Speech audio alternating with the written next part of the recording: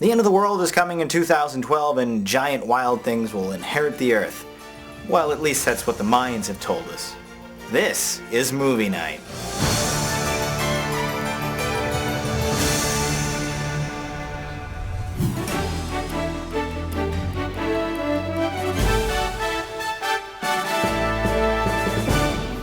Hello and welcome to Movie Night. It's like a book club on the internet, except instead of books, we talk about DVDs.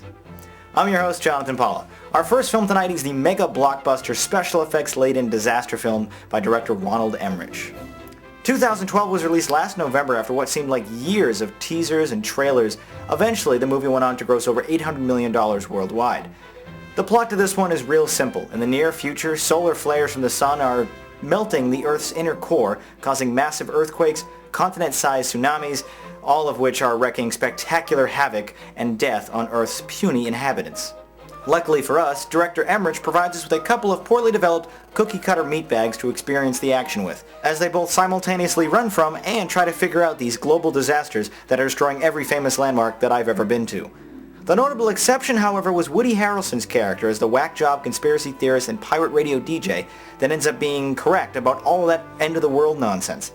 And as useless as it is, the story and explanation behind 2012 is decently believable. The action and escapes the main characters make, however, are anything but.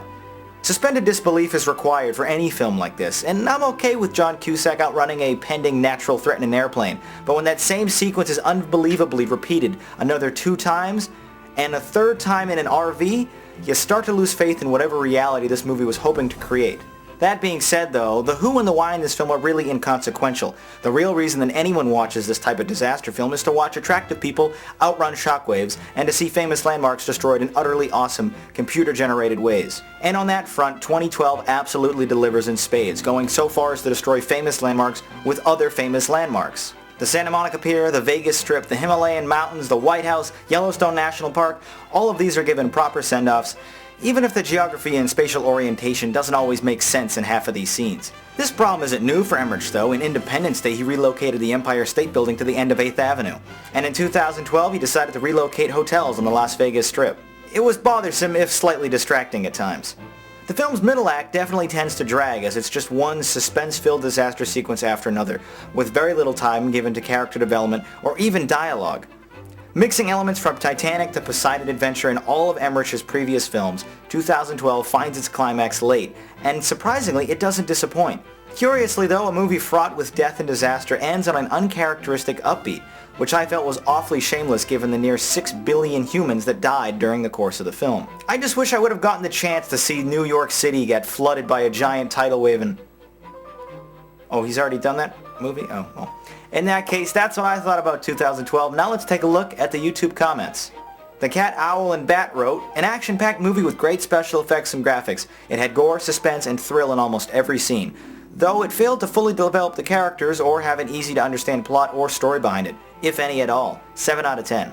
RHN94 wrote, great special effects and CGI, but it had a loose storyline. I watched it hoping for a lot more, but came out disappointed. John Cusack's acting was bad as usual.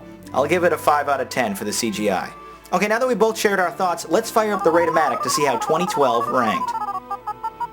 In even 6, as truly awful, predictable, and as bad as this film actually was, there is something undeniably entertaining and satisfying about disaster films, and 2012 didn't disappoint here.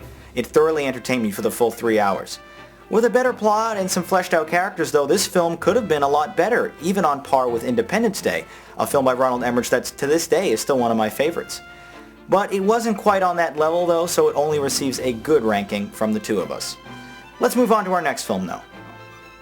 Where the Wild Things Are, a feature-length film adaptation to the classic 1963 children's story, is about a small, bratty 9-year-old boy who gets in a fight with his mother and runs away to a magical island where these giant, beastly-looking creatures are happily living. The conveniently named Max Records plays the character Max, and given the large amounts of screen time where the film hinges on his every emotional and facial expression, he does a fantastic job here.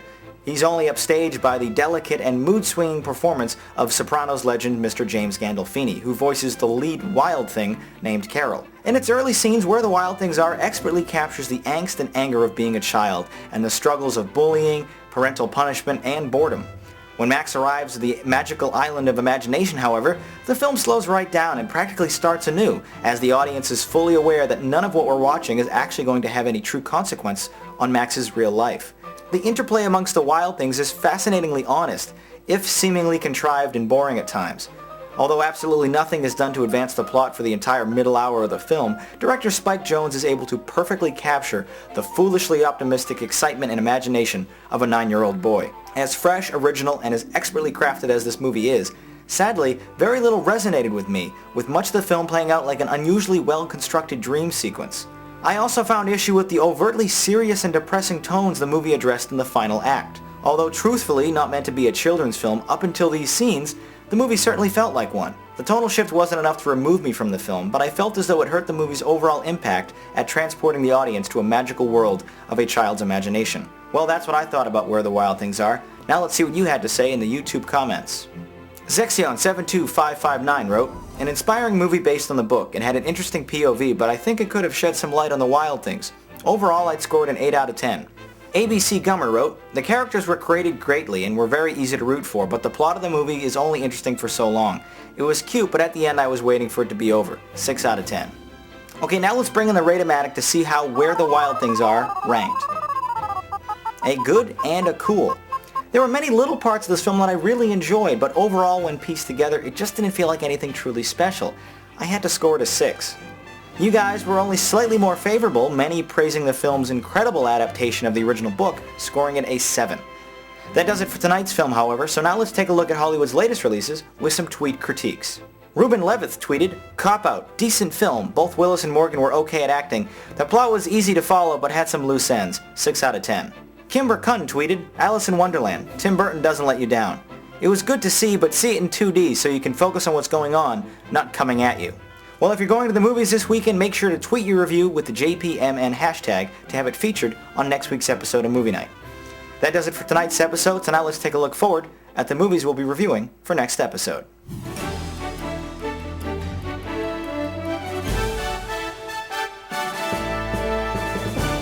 One of these films was a Best Picture nominee at the 82nd Annual Academy Awards last week, and the other was a poorly received comedy starring John Travolta and Robin Williams. We'll be reviewing both of them for next week's episode, so I hope you get a chance to buy, rent, or download them before then. Once again, my name is Jonathan Paula. Thanks for watching. Have a good night.